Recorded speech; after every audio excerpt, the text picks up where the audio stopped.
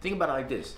Everyone's got motivation when it's sunny outside, right? And you watch the movie Creed, you want to go outside, you want to work out, this, that. It's easy then.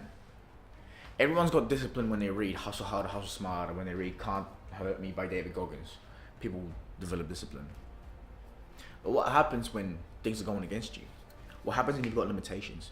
Let me give you an example of my limitation. My limitation is obviously the social media, right? Notifications. I want to scroll, I want to see what's going on. No matter how disciplined or how motivated I am, I know that's a weakness.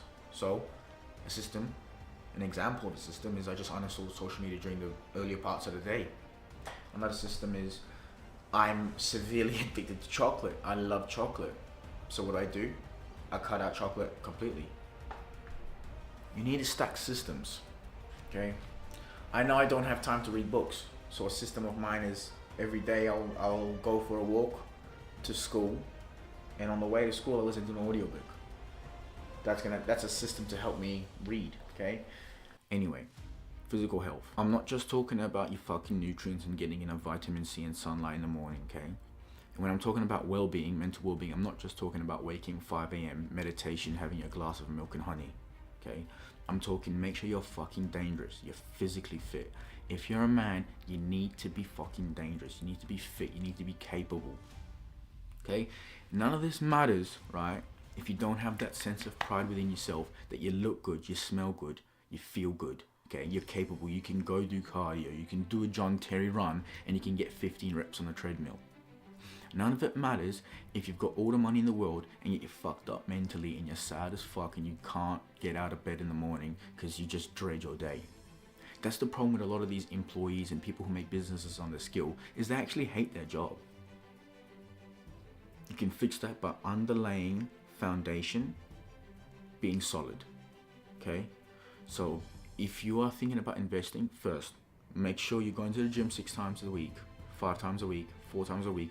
Make sure you're running, make sure you're not eating processed shit, make sure you've cut out plastics from your diet, okay? Trust me, stay on this video, I'm gonna go into depth, but I'm telling you this is important. Mental well-being, you don't need a therapist. Maybe you do, maybe you wanna go to a therapist, but I'm telling you from personal experience, you don't necessarily need a therapist, you need a fucking hobby, you need something you're interested in, something that takes you away from the general life. Here's an interesting metric for you. When was the last time you were bored? When was the last time you were in a non-active state? When was the last time you went for a walk in the woods and was just alone with you and your thoughts? Success is not determined by how much work you can do. Success is determined by how much stress you can handle. If you can handle a lot of stress, you can do a lot of the work. But if you do a lot of the work but you can't handle the stress, at some point you're gonna crack. This sense of burnout, there's no such thing in the world as fucking burnout. There's only such a thing as I can't handle the stress involved. So it's all about reflection. Have you ever stopped and just thought about what you want? Have you done that? Here's what you need to do. Tomorrow morning when you wake up, you meditate for 10 minutes and then you journal for 10 minutes. Every day write down what you're grateful for. I don't do this anymore, but I used to do this a lot. I used to write down what I'm grateful for, and I started to really realize what I fucking liked in life. And when you start to realize what you fucking like in life, you'll start to realize what you want to go for. So start writing down what you're grateful for and start writing your goals and ambitions. Because without reflection, you're just floating, you're just driftwood. You're just floating with whatever the fuck happens in your life. So that brings us to step number 4, and that's have a clear vision. Have a clear vision.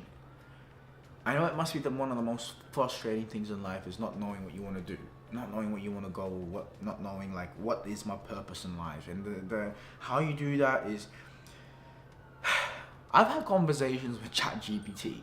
I have at 4 a.m. I've had conversations with ChatGPT. Maybe you need to have one of them. I've had conversations with my mom. A lot of conversations. I've had conversations with friends. I've had hypothetical conversations with idols. I've watched people live their life online. I've watched people live their life in person. I've tried many things, you know. I've tried the construction. I've worked in restaurants. I've worked for the government. You know, I tried so many things. So if you don't have a clear vision, it's not because you're young. Don't ever fucking say that you're 22 or 23 and you don't know what's going on because the world's so big and I'm so young. fucking stupid. Try new shit. Move out of your hometown. Make new friends. Sign up for new things. You need to have a clear vision. Let's break it down. 10-year goal. This is the hardest one. Your 10-year goal. Where do you want to be in 10 years? I don't have a 10-year goal yet. I have a 6-year goal. I have a 6-year goal. That's what I would consider my long-term goal. A 10-year goal is a life goal, okay?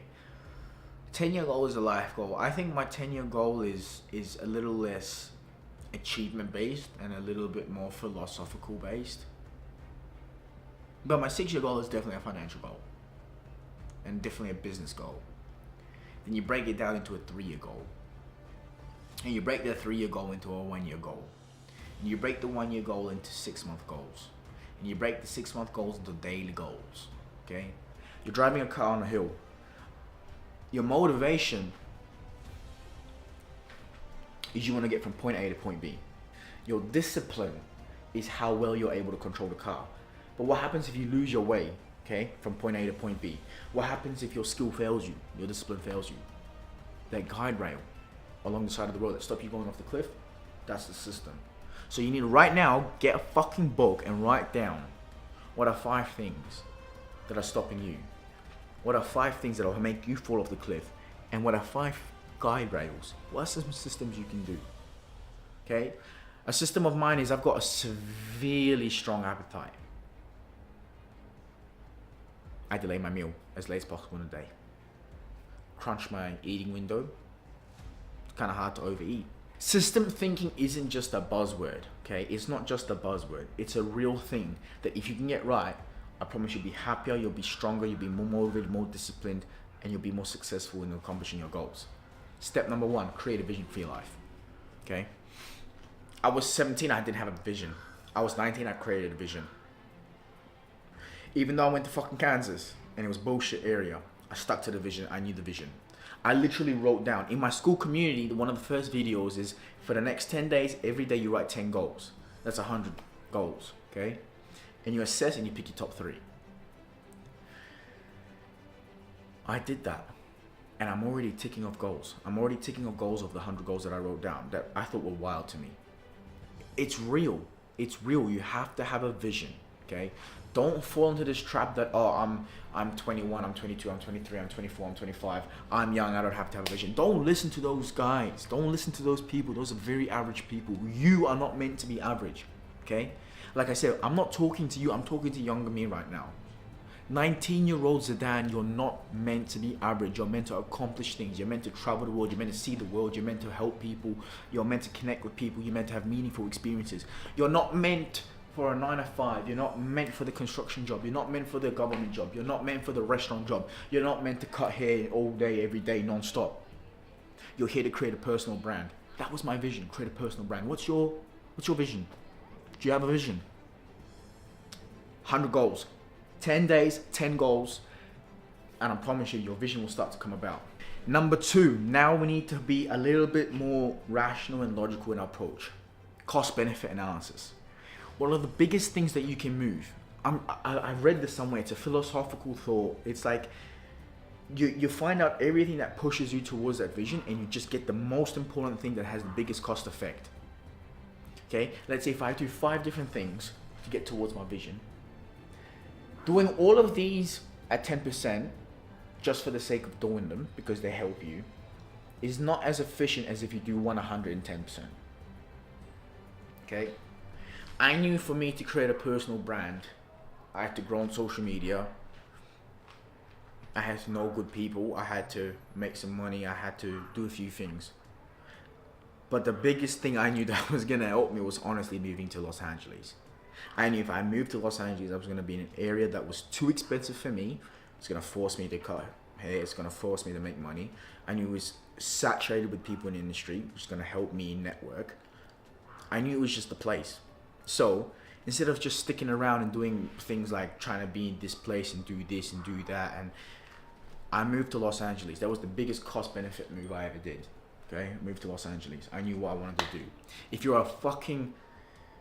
Think of it like this. If you're a pirate, right, and you make money by pillaging other people's ships. You're not going to go live in the Sahara Desert. No, you're going to get on the boat and go in the Pacific Ocean.